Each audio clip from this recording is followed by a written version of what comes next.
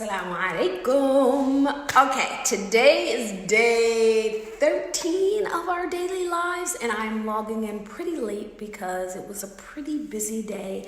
And I was busy for me because I was in a planning mode, right? So it was a pretty busy day for me. I posted on my story earlier today, and I asked how many people were already had their plan starting to plan for 2020. And I was very surprised. I got a big fat 100% of the people said no. I was like, are you planning for 2020 already? And it was I don't think I've ever had a 100% no when I asked the question on stories.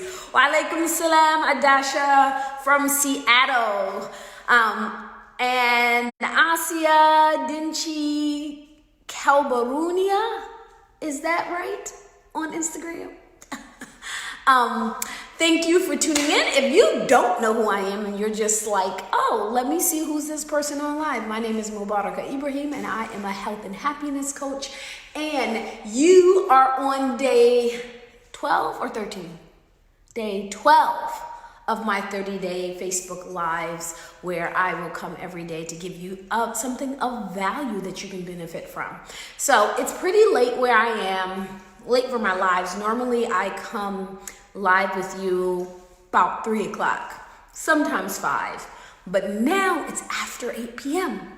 And I could have been like, oh, I'm tired, which I am, but I committed to coming in and talk to you every day, so here I am. So planning stuff.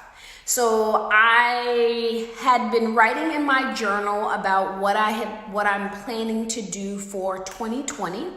And over the next decade. And today was my opportunity to put it on my big whiteboard calendar and actually start my whiteboards. And I took a screenshot of that and put it on my stories and was like, who else is planning for 2020? Are you planning, yes or no? And 100% people said no.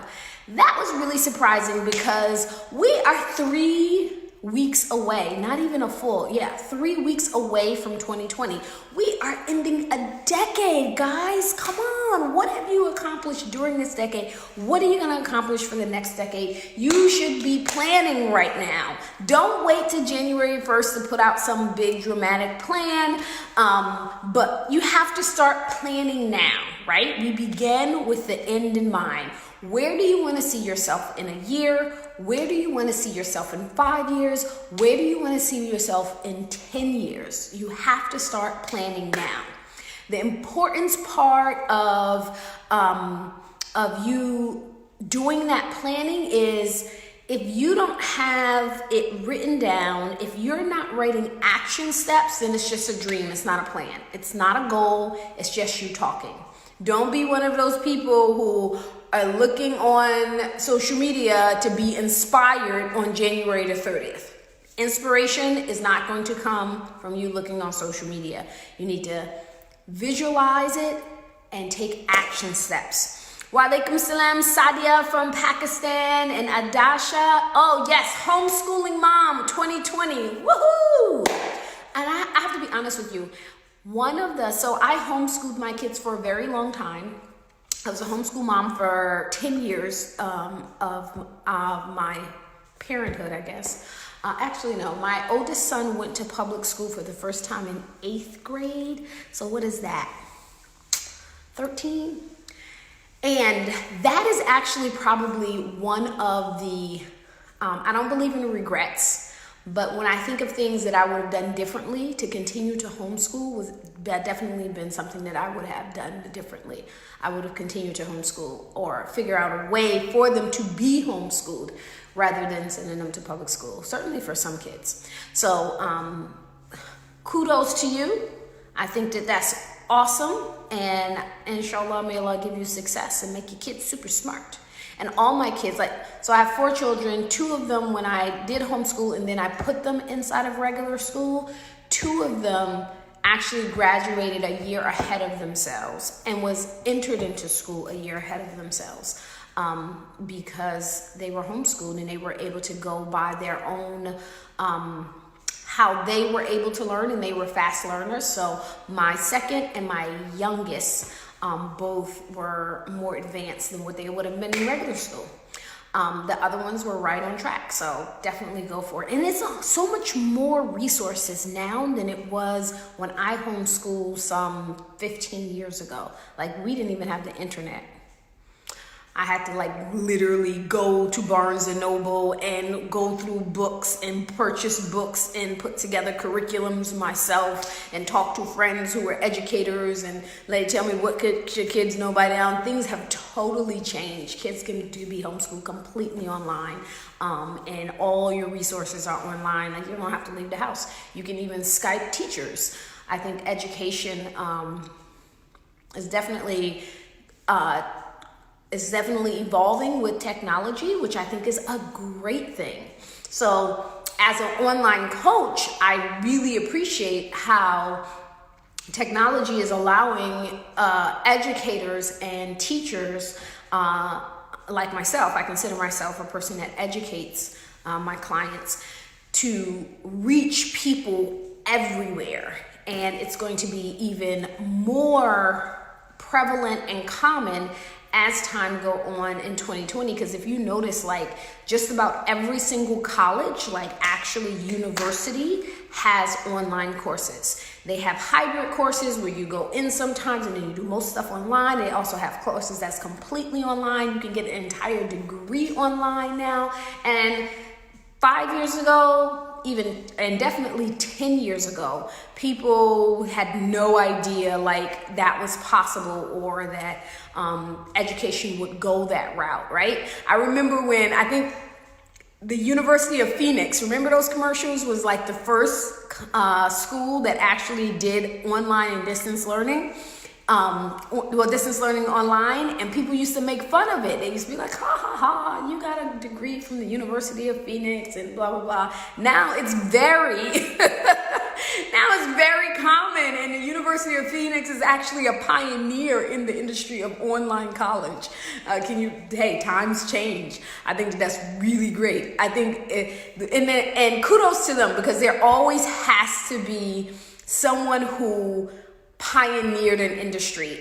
With all of the flack that people give Amazon, one of the things that we can say about Amazon is that Amazon has pioneered and opened up the industry of people ordering things online. Like, before Amazon came along and people became very familiar and trusted that when you order something online, that people didn't order stuff online because there was no trust there.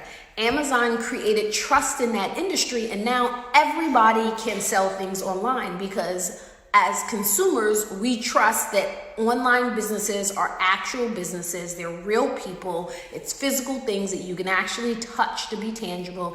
And the University of Phoenix, I credit them for giving trust to being able to be educated online. So that wasn't even what I was supposed to be talking about tonight, but it was interesting. Thank you for distracting me, Adasha.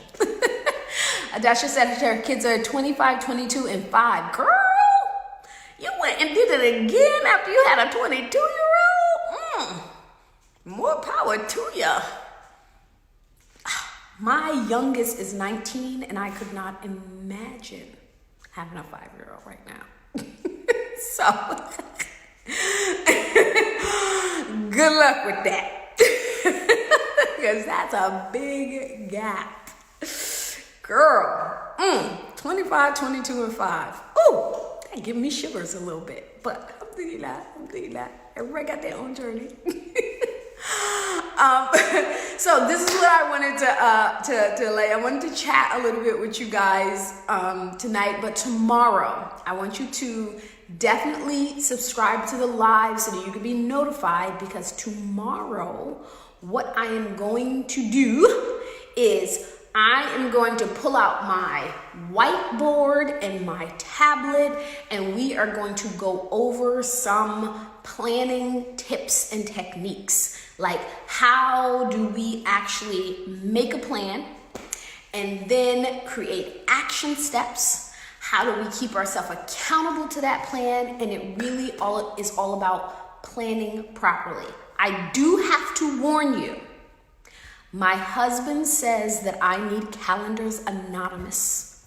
So I like scheduling things.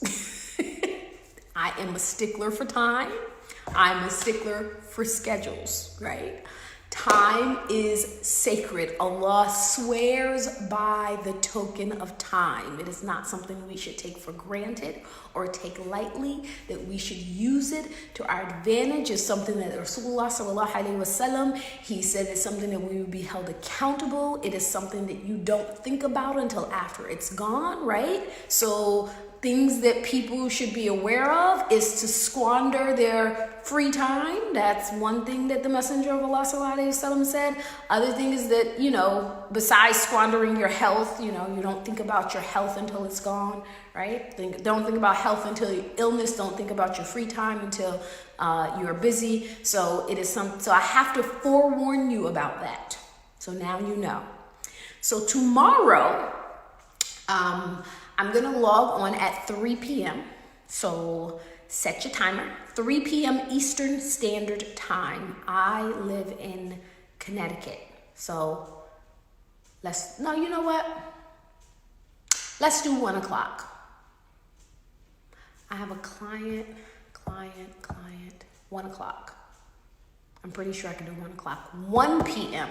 Eastern Standard Time. I'm going to log on. And we're going to go over making goals and tips and techniques on how you create a doable action plan for what you want to do in 2020.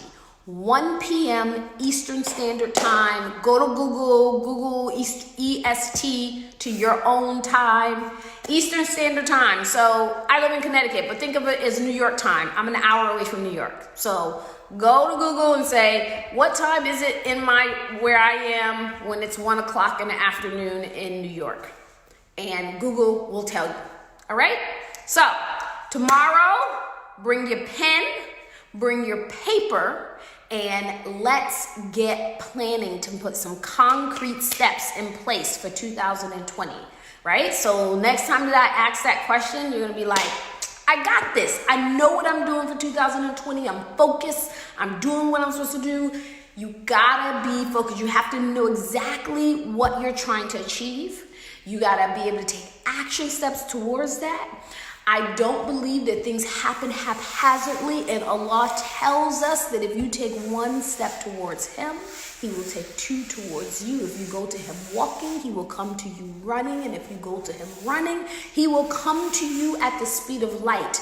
I think people they limit the interpretation of this to thinking it only means ibadah. It only means when you make salah. It only means when you're worshiping Allah. But this is all encompassing, because everything that we do, everything that we achieve is from Allah. So if you are going to achieve anything, you need the help of Allah, and you have to make effort towards that so that He can assist you in your effort. He's not going to do it for you. In Islam, prayer is not just some words that we say. It's not just some intangible thing that we believe, some, spirit that's going to come down in the middle of the night. Prayer is action, right? If you pray for something, you got to take action towards it. We don't just pray and say, oh, Allah heard my prayer. It's going to make it happen, right? You're not going to just sit there and be like, oh, you know what? I need some more money, so I'm going to make 2 rakats, and I'm going to sit here and wait for money to walk through my front door because Allah heard my prayer. It don't happen like that. So let me leave you with this one thing, and I got to forewarn you. I heard it from a woman who I think it is a Christian proverb, but we learn from one another. So, man was drowning, and a tugboat came by, and he said, get in the tugboat so I can save you. The man says, no, I'm not going to get in the tugboat because I'm praying to God, and God is going to save me. The man is continuing, wading in water, and he's praying to God, God, please save me, please save me. Next thing you know, yacht comes by, and the yacht says, "Oh, look, someone is drowning. Here's a life jacket. Come on, so we can save you." The man said, "No, I'm praying to God. God is gonna save me." So the yacht went on. Then a ship came by, and the ship said, "Come aboard, let me save you so you don't drown." And the man said, "No, I'm praying to God. God is going to save me. God is going to rescue me. God is going to deliver me from these circumstances because I am praying to God for his mercy." And the ship left, and the man drowned. Then the man meets God, and he says, "Why didn't you save me? I prayed to you. I asked you to save me when I was drowning." And so God said, "Well, I sent you a tugboat, I sent you a yacht, and I sent you a ship." Bruh. So, the moral of the story is prayer is action, and help from God comes in many different ways. So, if you pray, you got to put action behind it. We'll talk about both of those things tomorrow. All right? Talk to you tomorrow, 1 p.m. Eastern Standard Time, 1 p.m. New York time. All right? Assalamu alaikum.